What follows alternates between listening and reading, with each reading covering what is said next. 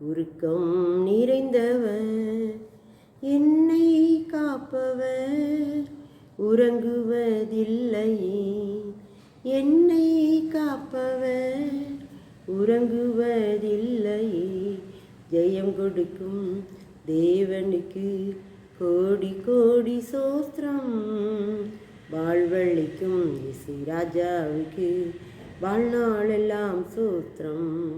உண்மை தேவனே உருக்கம் நிறைந்தவர், உண்மை தேவனே உருக்கம் நிறைந்தவர், என்னை காப்பவர் உறங்குவதில்லையே. என்னை காப்பவர் உறங்குவதில்லையே. ஜெயம் கொடுக்கும் தேவனுக்கு கோடி கோடி சோஸ்திரம். வாழ்வழிக்கும் இயேசுராஜாவுக்கு வாழ்நாளெல்லாம் சோஸ்திரம். அல்லேலூயா அல்லேலூயா பாடுவேன், ஆனந்த துணியால் உயர்த்துவே. அல்லேலூயா அல்லேலூயா பாடுவேன், ஆனந்த துணியால் உயர்த்துவேன். ஜெயம் கொடுக்கும் தேவனுக்கு கோடி கோடி சோஸ்திரம். வாழ்வழிக்கும் இயேசுராஜாவுக்கு வாழ்நாளெல்லாம் சோஸ்திரம். இந்த ஜூலை மாதத்தில் கர்த்தராகிய இயேசு கிறிஸ்து நாமத்தினாலே உங்களை வாழ்த்துகிறேன்.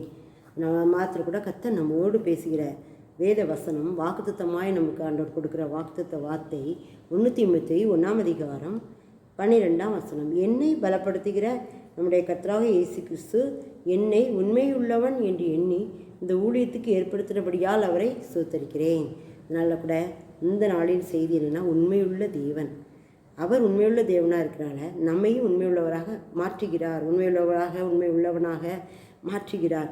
அந்த பவுல் அப்போஸ்தலர் சொல்வார், என்னை பலப்படுத்துகிற நம்முடைய கர்த்தராகிய இயேசு கிறிஸ்து, என்னை பலப்படுத்துகிற இயேசு கிறிஸ்து என்னை உண்மை உள்ளவன் என்று எண்ணி, பவுலை ஆண்டவர் நினைக்கிறான் அது உண்மை உள்ளவன் அப்படின்னு எண்ணி இந்த ஊழியத்துக்கு ஏற்படுத்தினார்.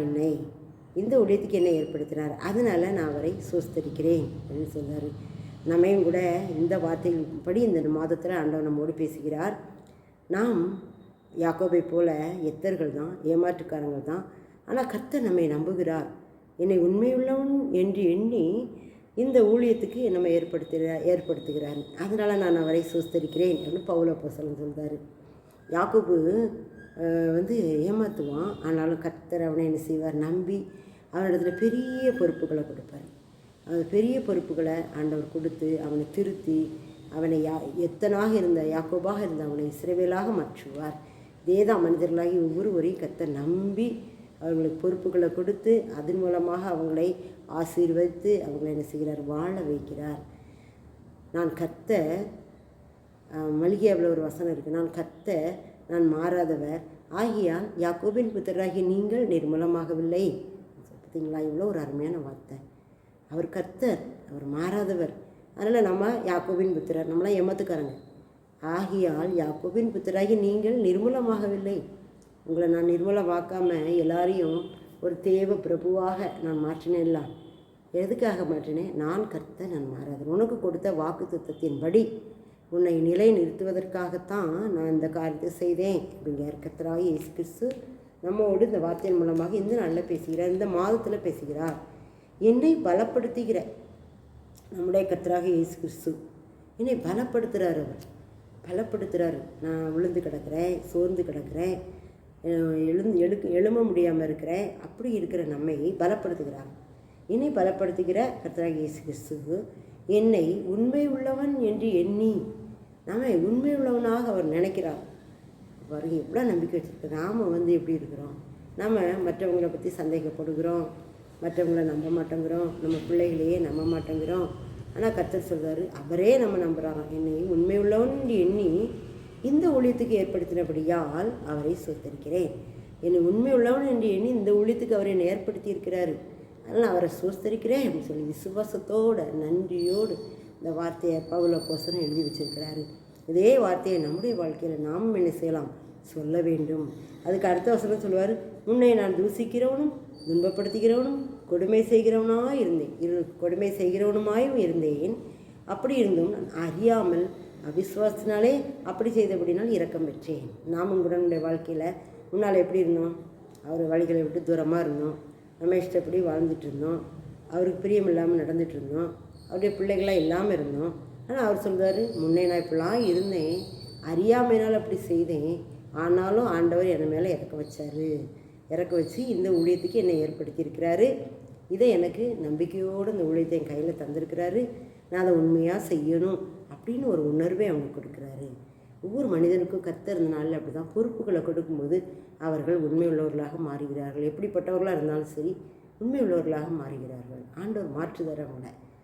ஏன்னா அவர் உண்மை உள்ளவர். அவர் உண்மையுள்ளவராக இருக்கிறது போல் நாம் உண்மையுள்ளவராக இருக்கணும்னு அவர் எதிர்பார்க்குறாரு. அவர் உண்மையுள்ள ஆண்டவர். 2 தெசலோனிக்கேயர் 1 தெசலோனிக்கேயர் 5:24 அவர் சொல்லுவார். 1 தெசலோனிக்கேயர் 5:24 உங்களை அழைக்கிறவர் உண்மையுள்ளவர், அவர் அப்படியே செய்வார். நம்ம அழைத்த தேவன் உண்மையுள்ளவர். அப்போ நாமும் உண்மையுள்ளவராக இருக்கணும்னு அவர் விரும்புவார்லாம். நம்முடைய பிள்ளைகள் நம்ம எப்படி இருக்கணுமோ அதை விட மேலாக உண்மையானவர்களாக, ஒழுக்கமுள்ளவர்களாக, நல்ல பிள்ளைகளாக இருக்கணும்னு நினைப்போம்லாம். அதே மாதிரி கர்த்தர் அவர் உண்மையுள்ளவராக இருக்கிறதுனால அவர் அப்படியே செய்வார், நம்மையும் அப்படியே மாற்றுவார். உண்மையுள்ளவனாக நம்மையும் மாற்றுவேன் அப்படிங்கிறார். நாம் உண்மையுள்ளவனாக இருக்கிறோமா? இல்லை அப்படின்னா அவருடைய உண்மையை நாம் பின்பற்ற வேண்டும். உண்மை மனிதனை உயர்த்தும். உண்மையை பற்றி நமக்கு வேத புத்தகத்தில் நிறைய வார்த்தைகள் இருக்குது. ஆனால் ஒரு சில வார்த்தைகள் நம்ம இந்த நாளில் பார்க்க போகிறோம். 2 தெசலோனிக்கேயர் 3:3 கூட அவர் சொல்லுவார். 2 தெசலோனிக்கேயர் 3:3 கர்த்தரோ உண்மையுள்ளவர், அவர் உங்களை ஸ்திரப்படுத்தி தீமை நின்று உங்களை விலக்கி காத்துக்கொள்வார். கர்த்தரோ உண்மையுள்ளவர், மனிதன் இல்லை. கர்த்தரோ அப்படின்னா என்ன அர்த்தம்? மனிதனோ அப்படி இருப்பான், கர்த்தரோ உண்மையுள்ளவர், அவர் உங்களை ஸ்திரப்படுத்தி உங்களை தீமையை நின்று விலக்கி காத்துக்கொள்ளுவார். அப்போ நம்மை தீமையிலிருந்து விலக்கி காத்துக்கொள்ளும் தேவன் உண்மையுள்ளவராக இருக்கிறார். நாம் அவருடைய வழிகளை விட்டு தூரமாக போனாலும் கூட அவர் நம்ம மேல் அன்பு வைத்து மாறாத தேவனாக இருந்து நம்மை தீமையிலிருந்து விலக்கி காத்துக்கொள்கிறார் என்று சொல்லி நாம் இந்த இடத்துல பார்க்கிறோம். கர்த்தரோ உண்மையுள்ளவர், அவர் உண்மையுள்ளவர். அதனால் அவர் கர்த்தர் உண்மையாக இருக்கிறதுனால அவர் உங்களை அப்படியே மாற்றுவார், அவர் அப்படியே செய்வார். ஆனால் நம்மையும் உண்மையுள்ளவர்களாக என்ன செய்வாராம்? மாற்றுவார். உண்மையை பற்றி நம்ம பார்க்கணும்னா நிறைய வசனங்கள் பைபிளில் கொடுக்கப்பட்டிருக்கு. இந்த உண்மையை பற்றி 1 தீமோத்தேயு பகுதியில் உண்மைன்னு சொல்லி 6 இடத்துல வந்துருக்கு. உண்மைன்னு சொல்லி 6 இடத்துல வந்துருக்கு. அதில் அவர் என்ன உண்மையுள்ளவனாக எண்ணினார்னு ஒரு வசனம் இருக்குது பார்த்தீங்களா? அதுக்கு பிறகு பாவிகளை ரட்சிக்க கிறிஸ்து வந்தார் என்கிற வார்த்தை உண்மையும் எல்லா அங்கீகரிப்புக்கும் பாத்திரமா இருக்கு. அவர் சொன்ன வார்த்தை உண்மையான வார்த்தை அப்படின்னு சொல்லப்படுது. இன்னொரு இடத்துல கிறிஸ்துவுக்குள் நான் உண்மையை சொல்லுகிறேன் அப்படிங்கிறார். நான் பொய் சொல்லலை, கிறிஸ்துவுக்குள் உண்மையை சொல்லுகிறேன் அப்படிங்கிறார். அப்புறம் இன்னொரு இடத்துல கண்காணிப்பை விரும்புகிறேன், நல்ல வேலையை விரும்பி இது உண்மையான வார்த்தை, நல்ல கண்காணிப்பை விரும்பி நல்ல வேலை விரும்பி இது உண்மையான வார்த்தை என்று உண்மையை பற்றி சொல்லுவார். அப்புறம் இன்னொரு இடத்துல சொல்லுவார், இந்த வார்த்தை உண்மையும் எல்லா அங்கீகரிப்புக்கும் பாத்திரமானது. எந்த வார்த்தைன்னா சரீர முயற்சி அற்ப பிரயோஜனம் உள்ளது, தேவபக்தியானது இந்த ஜீவனுக்கும் இதற்கு பின்னொரு ஜீவனுக்கும் வாக்குத்தத்தம் உள்ளதாகியால் எல்லாவற்றிலும் பிரயோஜனம் உள்ளது. இந்த வார்த்தை உண்மையும் எல்லா அங்கீகரிப்புக்கும் பாத்திரமாக இருக்கிறது. அப்போ இந்த வார்த்தை உண்மையான வார்த்தை என்று சொல்லப்பட்டிருக்கு. இந்த உண்மையை பற்றி நம்ம இந்த பகுதியில் ஒரு 6 தடவை நம்ம என்ன செய்கிறோம் பார்க்குறோம். 6 இடத்துல உண்மையை பற்றி பவுலப்போஸ்தலன் சொல்லுவார். அந்த வேத புத்தகத்தில் உண்மையை பற்றி நிறைய இடங்கள்ல இருக்குது. லூக்கா 16:10 சொல்லுவார், கொஞ்சத்தில் உண்மையுள்ளவன் அநேகத்தின் மேல் அதிகாரியாக ஆண்டவர் செய்வாராம், மாற்றுவாராம். கொஞ்சத்தில் உண்மை. தாளந்து கதைகளை நம்ம பார்த்தோம்னா முதல்ல 10 தாளந்து கொடுப்பாரு ஒருத்தனுக்கு. அவன் 20 தாளந்து சம்பாதிப்பான். 5 தாளந்து கொடுப்பாரு, அவன் 10 தாளந்து சம்பாதிப்பான். அவங்களுக்கு தான் சொல்லுவார், கொஞ்சத்தில் நீ உண்மையாக இருந்தாய் உன்னை அநேகத்தின் மேல் அதிகாரியாக வைப்பேன். இப்போ நமக்கு கொடுக்கப்பட்ட பொறுப்பில் உண்மையாக செய்யும்போது அதை ஆண்டவர் கனப்படுத்துவார். ஆண்டவர் சாட்சியாக நான் சொல்ல முடியும். நான் என்னுடைய ஸ்கூல் லைஃப்பில் வேலை பார்த்தேன் டீச்சராக. அப்போ எனக்கு உண்மையாக இருக்குன்னு ரொம்ப ஆசைப்படுவேன். எல்லா காரியத்துலேயும் பைசா விஷயத்துலையுமே ஃபால்ஸ் அட்டண்டன்ஸ் போட மாட்டேன். அதில் எனக்கும் ஹெச்எம்க்கும் அதிகாரிகளுக்கும் பிரச்சனை வந்தது. ஆனால் ஆண்டவர் அதிலேருந்து என்ன சார் பாதுகாத்தார். அதே மாதிரி நிறைய இந்த இந்து ப்ரோக்ராம்லாம் எனக்கு கலந்துக்க பிடிக்காது. அதில் நான் உண்மையாக இருக்கும்போது ஆண்டவர் எனக்கு விடுதலை தந்தார். அது மாதிரி எந்த வேலையை செஞ்சாலும் நான் முதல்ல உண்மையாக செய்யணும்னு ஆசைப்படுவேன், முடிப்பேன், உண்மையாக முடிச்சிடணும். அப்படிங்கும்போது அதில் எனக்கு ஆண்டவர் ஆசீர்வாதத்தை தந்தார், பதவி உயர்வை தந்தார். உண்மையுள்ள மனுஷன் பரிபூர்ண ஆசீர்வாதங்களை பெறுவான் அப்படின்னு சொல்லி நீதிமொழிகள் 28:20 ஒரு வசனம் இருக்குது. அந்த வசனத்தை வச்சு ஆண்டவன்கிட்ட பேசுவார். ஆரம்ப நாட்களில் ஊழியத்திலையுமே வாழ்க்கையின் பாதையிலுமே உண்மையுள்ள மனுஷன் பரிபூர்ண ஆசீர்வாதங்களை பெறுவான். அதே மாதிரி பலவிதமான சோதனைகள் எல்லாம் வந்துச்சு. ஆனால் நான் உண்மையாக இருக்கணும், கர்த்தருக்கு முன்பாக உண்மையாக இருக்கணும் அப்படிங்கிற அந்த ஆழமான எண்ணம் என் மனசுக்குள்ளே இருந்ததுனால, உண்மையாக இருந்ததுனால ஆண்டவர் பல ஆசீர்வாதங்கள் என்னுடைய வாழ்க்கையிலையும் கொடுத்தார் என்று சொல்லி நான் விசுவாசிக்கிறேன். உண்மையுள்ள மனுஷன் பரிபூர்ண ஆசீர்வாதங்களை பெறுவான். நீதிமொழிகள் 28:20 சொல்லப்பட்டிருக்கு. ஆண்டவருடைய வார்த்தைகள் ஒன்று ஒன்றும் நிச்சயமாகவே நிறைவேறும். அதை கடைப்பிடிக்கும் போது ஆசீர்வாதமாக நமக்கு மாறும். அப்புறம் மத்தேயு 25:15 அந்த தாளந்து கதையில் கொஞ்சத்தில் உத்தமமும் உண்மையுமுள்ள ஊழியக்காரனே, உத்தமமும் உண்மையுள்ள ஊழியக்காரனே அப்படின்னு சொல்லுவார். உண்மையாக இருக்கிற இடத்துல கர்த்தர் பிரியமாக இருக்கிறார். உத்தமும் உண்மையுமான ஊழியக்காரனே அப்படிம்பாரு.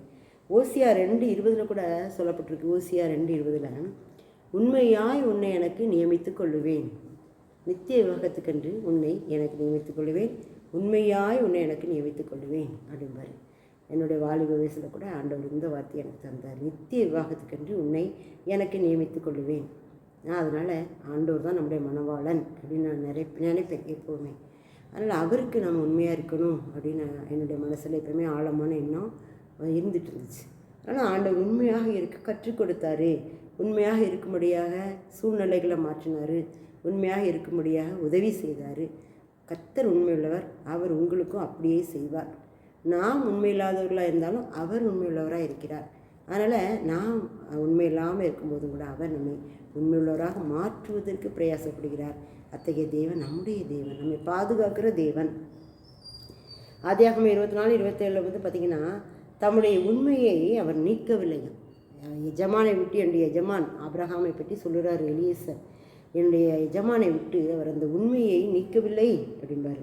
அது மாதிரி யாத்ராகமம் 18:21 உண்மையுள்ளவர்களை ஆண்டவர் தேர்ந்தெடுக்கிறார், பொருளாசை வெறுக்கிறவர்களை தலைவராக இருக்கும்படியாக தேர்ந்தெடுக்கிறார் என்று சொல்லி நம்ம பார்க்குறோம். ஏன்னாகமம் 12:7 ஒரு சாட்சி சொல்லுவார் மோசையை பற்றி. மோசே என் வீட்டில் எங்கும் உண்மையுள்ளவன். அப்படி அவர் நம்மை பற்றி சொல்ல முடியுமா? நம்ம இடத்துல இன்னும் நிறைய காரியங்கள் ஒழித்து வைக்கிறோம், மறைத்து வைக்கிறோம், ஆண்டவருக்கு முன்பாக உண்மையில்லாதவங்களாக இருந்திருக்கிறோம். இப்போ ஆண்டவர் சொல்வார் நம்மை பற்றி சாட்சி சொல்லணும், மோசே என் வீட்டில் எங்கும் உண்மையுள்ளவன் அப்படிம்பார். அந்த சாட்சியை நாம் பெற்றுக்கொள்ள கர்த்தர் நம்மை வழி நடத்த நாம் ஒப்பு கொடுப்போம். உண்மையாக நடக்க நாம் என்ன செய்ய வேண்டும்? பிரியப்பட வேண்டும். அப்போ நமக்கு ஒரு ஒத்தாசை பண்ணுவார். நான் உண்மையாக இருக்கணும்னு நம்ம ஆசைப்பட்டோம்னா அவர் நமக்கு என்ன செய்வார்? ஒத்தாசை பண்ணுவார். உபாகமம் 7:9 சொல்லப்படுது, உண்மையுள்ள தேவன் அவர் அப்படின்னு சொல்லுவார். அவர் உண்மையுள்ள தேவனம் பார்த்தீங்களா? அவர் உண்மையுள்ள தேவன். அதனால தான் நாமும் உண்மையாக இருக்கணும்னு அவர் விரும்புகிறார். உண்மை மனிதனை உயர்த்தும், உண்மை பொய்க்கு எதிரானது. அந்த உண்மையை நாம் நம்முடைய வாழ்க்கையில் கொள்ள வேண்டும், கடைப்பிடிக்க வேண்டும். அதை நாம் கொண்டிருக்கும்போது நமக்கு ஆசீர்வாதம். உண்மையுள்ள மனுஷன் பரிபூர்ண ஆசீர்வாதங்களை பெறுவான் என்ற வார்த்தையின்படி நம்முடைய வாழ்க்கையை ஆண்டவர் நடத்துவார்.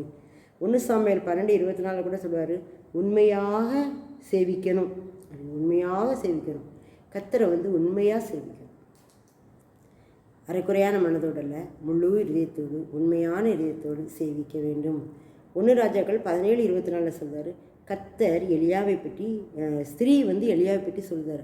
ஸ்திரீ எலியாவை பற்றி சொல்கிறார். 1 ராஜாக்கள் 17:24 அந்த மனுஷன் உண்மையுள்ள மனுஷன், கர்த்தருக்கு உண்மையுள்ள ஒரு மனுஷன் அப்படி சொல்லி அந்த எலியா தீர்க்கதரிசிக்கு ஒரு அறையை ஆயத்தம் பண்ணி வைப்பான் அந்த ஸ்திரீ, ஜெப அறையை. அப்படிப்பட்ட உண்மையை கர்த்தர் விரும்புகிறார். நாம் மனிதருக்கும் கர்த்தருக்கும் முன்பாக உண்மையாக இருக்கணும்னு அவர் ஆசைப்படுறாரு. அது அவருடைய விருப்பத்தை நாம் நிறைவேற்றும் போது நம்மை உயர்த்துகிறார். 2 ராஜாக்கள் 12:15 கூட பார்த்திங்கன்னா, உண்மையாய் நடப்பித்தார்களாம். வேலையை உண்மையாய் நடப்பித்தார்கள். கர்த்தருடைய வேலையை உண்மையாக நடப்பித்தாங்க. 2 நாளாகமம் 31:20 கூட உண்மையானதை செய்தான் அப்படின்னு. யாரெல்லாம் உண்மையாக வேதத்தில் இருந்தாங்களோ அவங்க எல்லாம் உயர்வை பெற்றாங்க, கனப்படுத்தப்பட்டாங்க, ஆண்டவருக்கு சாட்சியாக நின்னாங்க, ஆண்டவர் அவங்கள உயர்த்தினார், அதிகாரியாக உயர்த்தினார். யோசிப்பை பாருங்கள், உண்மையாக இருந்தான், அதனால் ஆண்டவர் அவனை பெரிய அதிபதியாக உயர்த்தினார். நாம் எல்லா காரியங்களும் உண்மையாக இருக்க பிரயாசப்படணும், முயற்சி பண்ணணும்.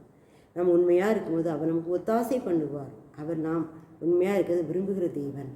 சில நேரங்கள் நம்மளால் உண்மையாக இருக்க முடியலை அப்படின்னா ஆண்டுகிட்ட சொல்லணும், ஆண்டவரே இந்த காரியத்தில் என்னால் உண்மையாக இருக்க முடியலை, எனக்கு நீங்கள் ஒத்தாசை அனுப்புங்க, பரத்திலிருந்து ஒத்தாசை அனுப்புங்கன்னா அனுப்புவார்.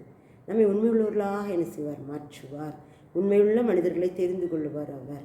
அப்படிப்பட்ட தேவன் நம்முடைய தேவன். வெளிப்படுத்தலில் கூட ஒரு வசனம் இருக்குது. வெளிப்படுத்தல் இன்னைக்கு கூட ஆண்டவர் அந்த வார்த்தை தான் அந்த டெய்லி ஒரு வசனம் அக்கினிமதில் மினிஸ்ட்ரி அப்படிங்கிற அந்த இதில் யூடியூப்பில் போடுவேன். அதில் கூட இன்றைக்கி ஒரு வசனம், என்ன வசனம் ஆண்டவர் சொல்லியிருக்கிறாருன்னா, வெளிப்படுத்தல் 17:14 ஆட்டுக்குட்டியானவர் கர்த்தாதி கர்த்தரும் ராஜாதி ராஜாவுமாய் இருக்கிறபடியால் அவர்களை ஜெயிப்பார். அவரோடு கூட இருக்கிறவர்கள் அழைக்கப்பட்டவர்களும் தெரிந்து கொள்ளப்பட்டவர்களும் உண்மையுள்ளவர்களுமாய் இருக்கிறார்கள். சரிங்களா? ஆட்டுக்குட்டியான இயேசு கிறிஸ்துவோடு இருக்கிறவங்க எப்படிப்பட்டவங்களாக இருக்கிறாங்களா? உண்மை உள்ளவங்களாக இருக்கிறாங்க.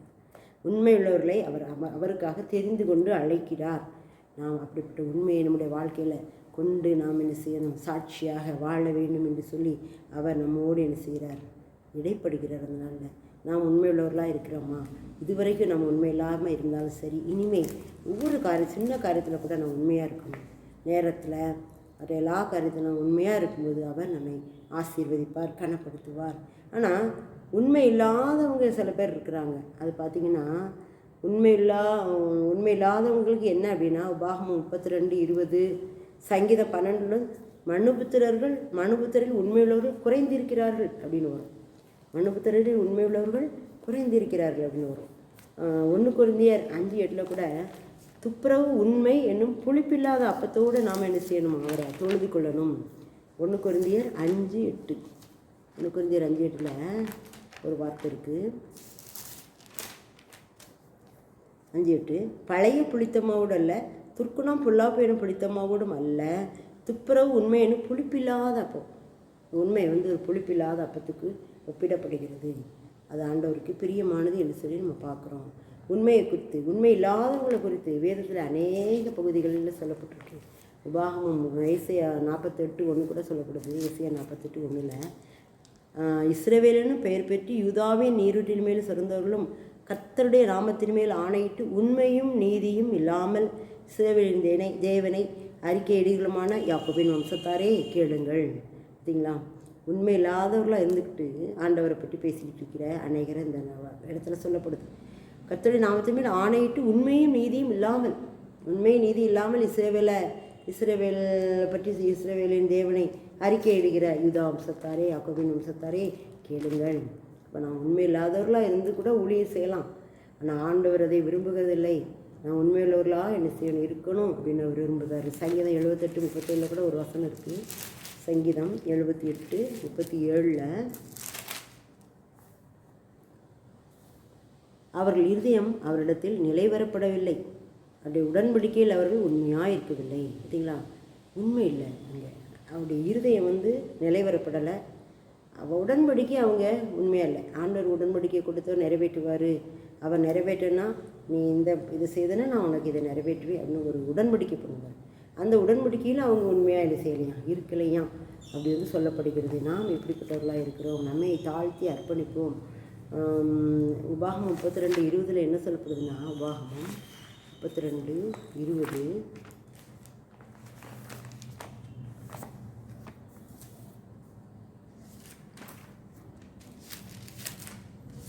அல்லேலூயா, சூத்திரம் சூத்திரம் சூத்திரம் சூத்திரம் சூத்திரம் 32:20 என் முகத்தை அவர்களுக்கு மறைப்பேன், அவருடைய முடிவு எப்படி இருக்கும் என்று பார்ப்பேன். அவர்கள் மகா மாறுபாடுள்ள சந்ததி, உண்மை இல்லாத பிள்ளைகள். பார்த்திங்களா? உண்மை இல்லாதவங்களுக்கு ஆண்டவருடைய முகத்தையே மறைச்சிக்குவாரோம்.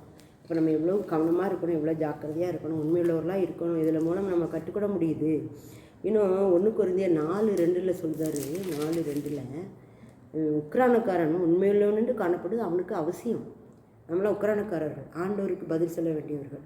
நாம் உண்மையுள்ளவர்களாக காணப்பட வேண்டியது நமக்கு அவசியம் அப்படின்னு சொல்லப்படுது இந்த இடத்துல. 1 கொரிந்தியர் 4:2 அப்படி சொல்லப்படுகிறது.